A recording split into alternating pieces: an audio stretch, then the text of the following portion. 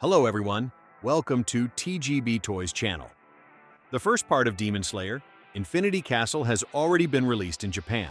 It's really tough not being able to watch it yet. For those of you who also haven't seen it, let's unbox this SHF Akaza figure together today to quench our thirst a bit. The outer packaging features a large transparent window on the front, paired with a half-body image of the character. At the bottom, you can see this figure is made in China, produced by Dongguan Legia Plastic Products Co. Ltd., a manufacturer I haven't come across before. Let's take a look at the other sides of the box. The back showcases a collection of official images. The placement of the sticker here is quite something. It's like they were determined to cover the image. Is this the so-called new factory bonus? Opening the outer box, the contents include a blister pack and an instruction manual. Notably, the instruction manual uses real photos of the toy. I don't quite remember if previous Demon Slayer figures had this design. Could this become a trend in the future? From the blister pack, you can see this figure is an absolute hand warrior. The main body is in the center, with replacement faceplates on the left and a pitifully small number of replacement hands on the right. Let's start with the accessories, beginning with the faceplates. There are 5 in total: a smiling face, a laughing face, a gritted teeth face, a talking face, and a serious face. So far, BuzzMod, Figma, and SHF have all released Akaza figures, but for some reason, all 3 companies made him look sharp-faced and monkey-like, quite far from his anime appearance. The smiling face is the expression from the main poster of Infinity Castle Part 1, making it quite iconic. The laughing face is relatively better, with detailed textures on the teeth if you look closely. The gritted teeth face shows a state of exertion, complete with shrunken pupils for added detail. The talking face has a sly, sidelong glance, giving off a very cunning vibe. It could also double as a blood-licking expression. The serious face, in my opinion, is the most lackluster, with average fidelity to the character. For the hands, there's a pair of clenched fists, a pair of combat-ready hands, and a single right-hand palm strike for the destructive death compass needle technique. The hands have red nail details, and the fingers are individually colored. Moving on to the main figure, my first impression is that the head-to-body ratio feels very different from what I expected. Demon Slayer characters often have large heads and sturdy builds, but this Akaza's legs look particularly long, making the proportions feel off visually. The soft plastic parts on the figure are limited to the vest and the belt straps. The vest is split into 3 pieces, but the upper part is glued in place and can't be removed.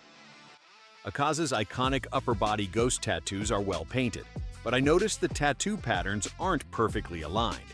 For example, if the front arm tattoos line up, the ones on the back are misaligned. In terms of articulation, a unique feature is the back of the head, where the hair is split into parts for mobility. It looks fine from the side, but from directly behind, the head feels very disjointed. Due to the vest, the upper arms are designed to be slightly flatter, avoiding the crab hand issue, and allowing for a better range of motion in the arms. However, the waist is designed too short, so moving it often reveals large gaps. The knee joints use a hidden design, and the lower legs also have articulation. These designs are starting to appear in SHF's Dragon Ball series too. The issue here is that the lower leg parts, like the waist, are too short, and slight movement exposes gaps. In terms of mold seams, the cleanup is average at best. Noticeable seams are on the upper shoulders, the back of the vest, and the pant legs.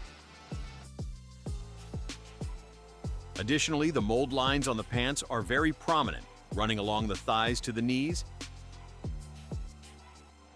and even down the center of the lower legs, which really disrupts the figure's cohesion. For articulation, head tilts downward over 45 degrees, Upward tilt is around 40 degrees. Sideways tilt is about 30 degrees each way. Head rotates freely. Sidearm raises go well beyond horizontal, transitioning smoothly to overhead, with arms able to touch the head. Forward arm raises allow the arms to cross, and arms can extend behind the body. Upper arms rotate 360 degrees. Elbows bend over 130 degrees. Forward and backward bends are close to 45 degrees. The chest-abdomen joint rotates freely and has some range in all directions.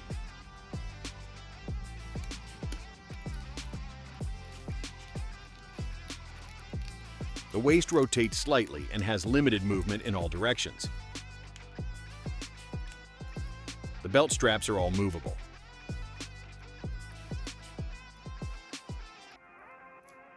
Hip joints allow a front kick over 90 degrees, though large gaps at the hips give off a first-generation figure vibe. Legs can extend backward or sideways about 90 degrees. Splits approach 180 degrees. Thighs rotate 360 degrees. Knees bend close to 140 degrees. The joints at the pant legs allow slight lower leg movement.